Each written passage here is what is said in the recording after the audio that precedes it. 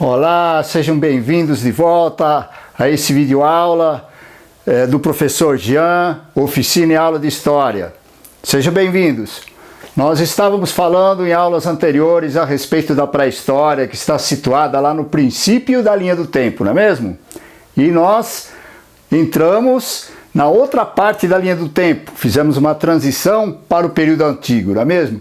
Já postamos alguns vídeos falando sobre o Egito e agora nós vamos continuar falando sobre o Egito, né? Muito interessante, nos acompanhe. Então vejam só, a Idade Antiga, o período do Egito 1580 a 1085 a.C.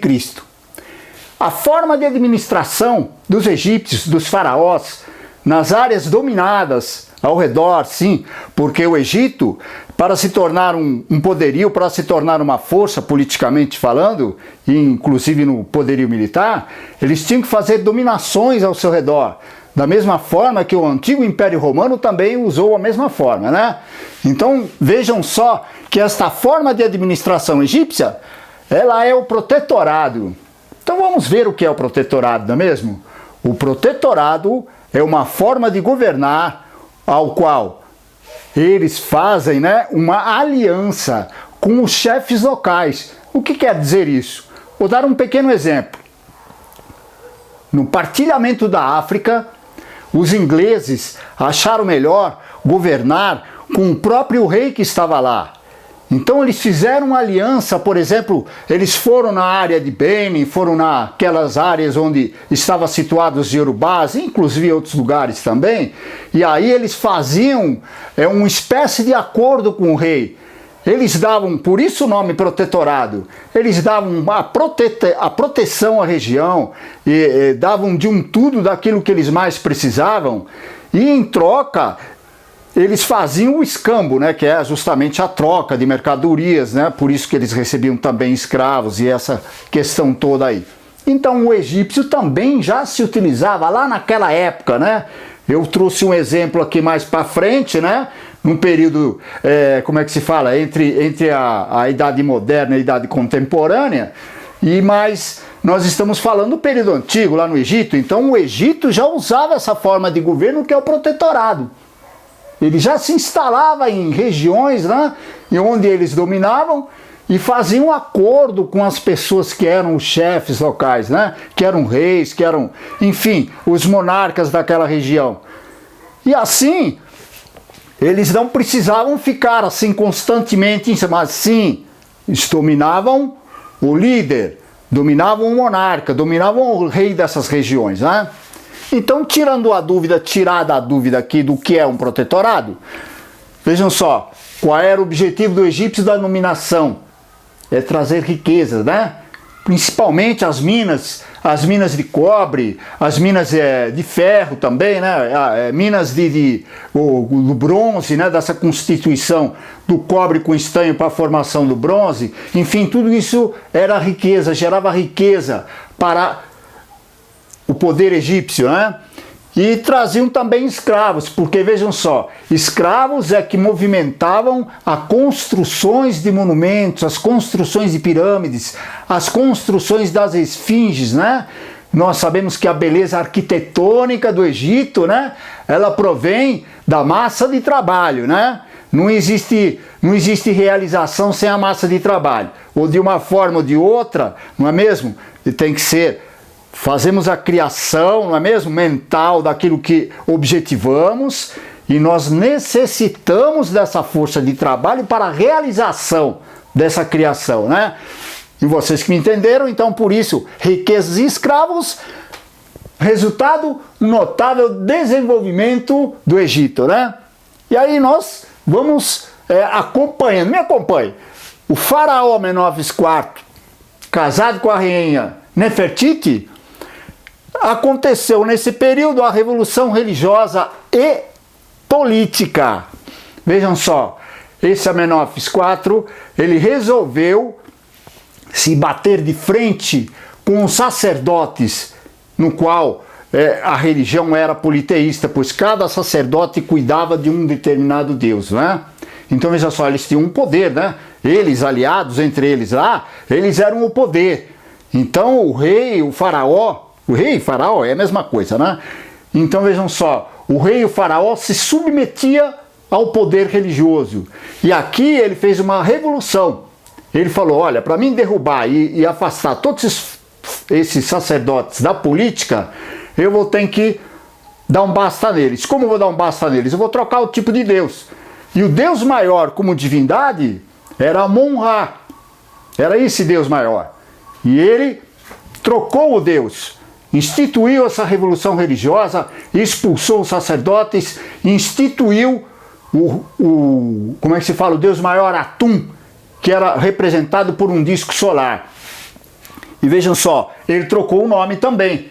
Passou a se chamar Akhenaton. Então vejam só, se vocês prestarem atenção no nome, Akhenaton, essa parte Atum é representada pelo deus Atum, né? Onde aqui Amenófis IV, ele já tem aqui dentro do nome dele que ele é um adorador de quem? De Amon-Ra, né? Que era representado pelo Sol, né? Vocês estão me acompanhando? Me acompanhem. Então vejam só. Eu parei aqui, né? O sucessor de Akhenaton, veja só, o sucessor, né? Sucessor quem é? É aquele que é o descendente, né? O sucessor de Akhenaton, Tutankhamun, pôs fim à revolução religiosa. Por quê? Porque na realidade as pessoas disputam, os reis, né? A elite, ela disputa um poder. Quando se disputa um poder, você tem que ou fazer uma aliança ou se contrapor. Se aquele anterior, que era Akhenaton, ele tinha instituído um outro deus, então vejam só, há aí como se diz assim, uma revolução, mas também é um embate. Naquela época as pessoas poderiam ter aceitado esse Deus único, porque de politeísta, quer dizer a palavra politeísta, né, que acredita em vários deuses, né? E aquele que é monoteísta, aquele que acredita em um Deus só. Em todas as religiões daquelas épocas, nós falamos, incluímos aí a mitologia. Então vejam só, acreditar de forma politeísta em vários deuses não quer dizer que se deixa de acreditar em um Deus, porque sempre tem um Deus maior, divindades menores e um Deus maior. Então essa palavra politeísta e monoteísta, ela está meio que fora da questão, né? Tá? Então vejam só, pôs fim à revolução e restaurou a crença em Amon-Ra, ou seja, o sucessor retornou aquilo que era antes. E a dinastia, sabem o que é a dinastia, né, gente? A dinastia, os faraós do Egito foram divididas em várias dinastias, né? Então nós temos dinastia de um faraó tal, dinastia de um outro faraó. A dinastia são os familiares que eles ocupam o trono, ou seja, quando falece um faraó, é seu filho, seu irmão, sua esposa, é alguém próximo que é o sucessor e que isso continua a dinastia. Isso é uma dinastia. Quando se faz, não tem nenhum parente próximo, está excluído todo parente próximo, tem que buscar um outro mais longe, então começa uma outra dinastia. Inclusive quando uma determinada região invade outra e um invasor passa a se apoderar do poder central e se torna o faraó, né? Assim também é outra dinastia, então.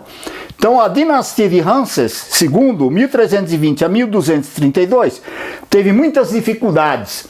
Foram invadidos pelos hititas de Anatólia, que lançaram sobre os domínios da Palestina e da Síria, justamente os locais onde tinha as minas de cobre, né? Por fim, nós temos em 525 a.C., foi a vez dos persas que venceram o faraó Psamético III. Estão observando que a história do Egito ela é bem complexa. Eu peço novamente a vocês que compartilhem os vídeos, indiquem para seus amigos, seus colegas, vejam só. Tem pessoas que vão fazer o Enem, isso aqui é um reforço para o Enem, na área de humanas, na área de história. Isso aqui é um reforço para o vestibulinho, para quem vai fazer uma escola técnica. Isso aqui é um reforço para quem vai fazer um vestibular para as faculdades. Isso aqui é um reforço para você também, professor, que quer adquirir mais conhecimentos ou quer adquirir mais bagagem para incluir nas suas aulas de história. Nos compartilhem. Nos acompanhem, nós estamos no canal YouTube, nós temos 2 canais lá no YouTube, que é esse, que é Professor Jean, oficina e aula de História. E temos também um Banda Africanista, no qual nós falamos mais direcionada a aulas da história da África e história afro-brasileira. Nos acompanhem, enfim. Até o próximo vídeo, gente.